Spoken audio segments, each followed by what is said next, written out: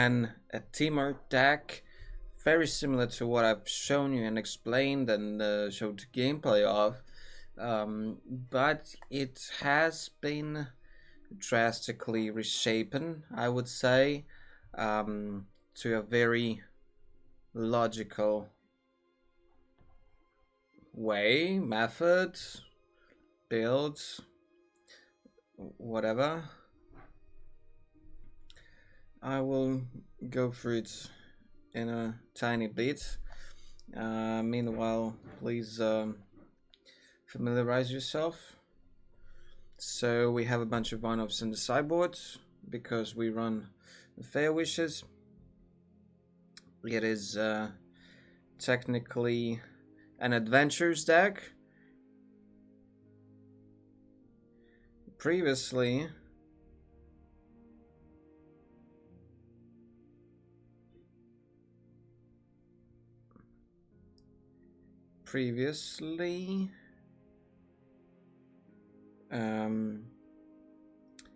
it hadn't had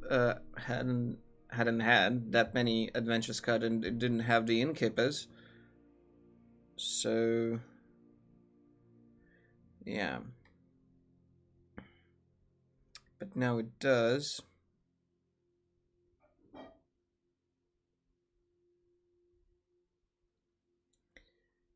I'll explain everything in a tiny bit. Just gonna share this at least to one place.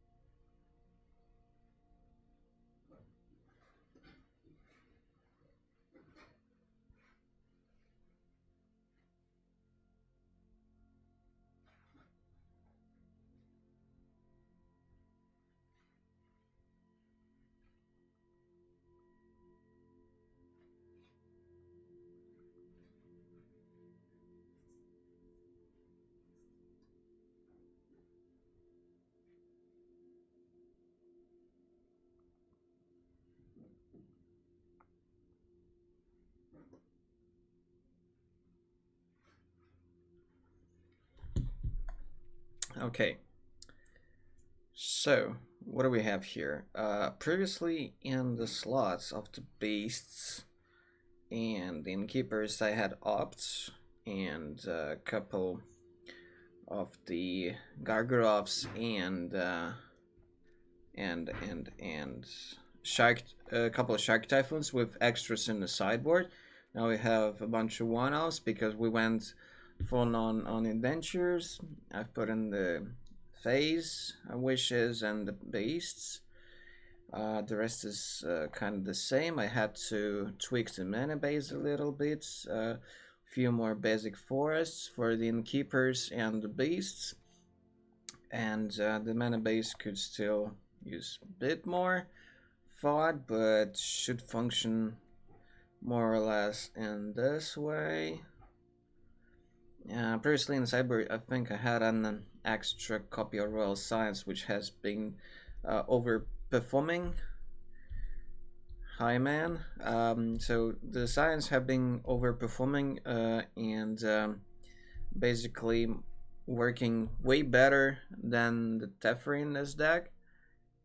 And oh yeah, I had to also cut 4 copies of Pyromancer, Prophecy, and Joriel because I had to find some room for a bunch of cards like Beast Phase and Innkeepers, because I took out Opts and high drops, but I've been adding more cards, so this is like 1/1/1. Oh yeah, and the fourth alliance. So I've cut those, and because of the phase,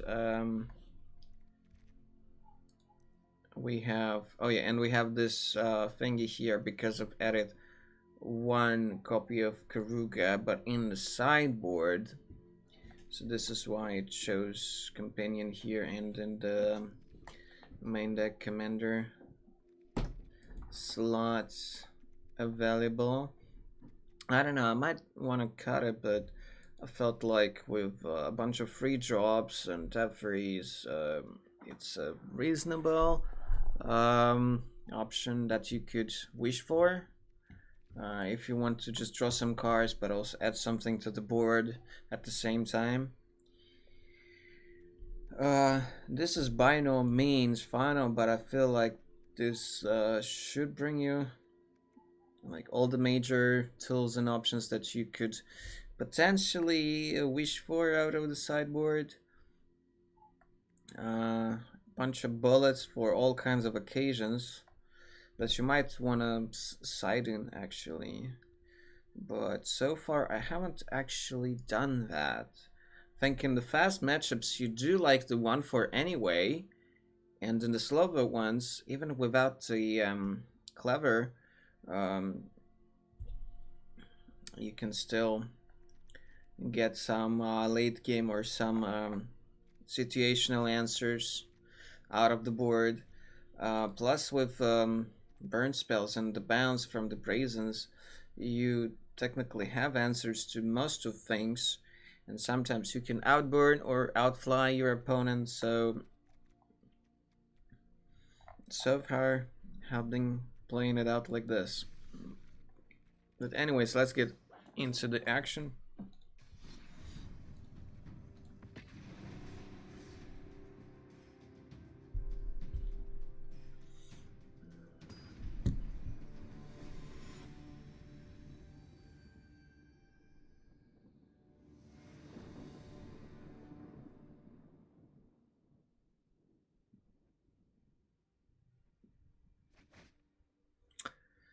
Right.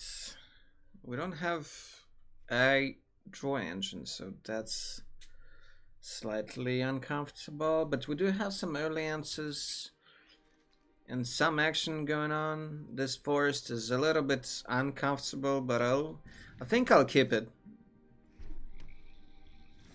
in the dark. Okay, so now we can play whatever we want. Yeah, sure. So he did it on his turn. That's weird. Oh, that's a little weird. Doesn't really matter all that much.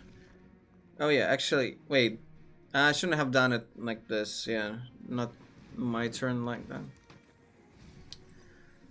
But it probably won't get active yet. Yeah, not just yet. Not just yet. I do have to shoot it right away here.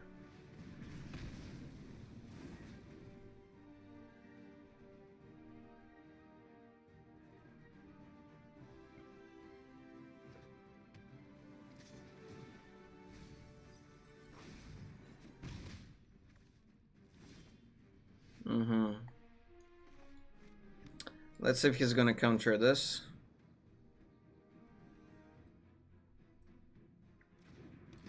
Nope. Okay.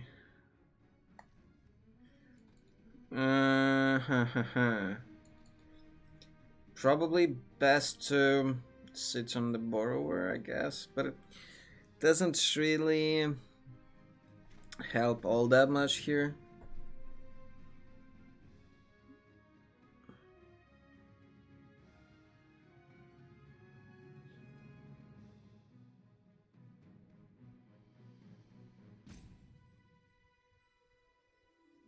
If he has that pay 1 here, that will be a bit annoying. Right.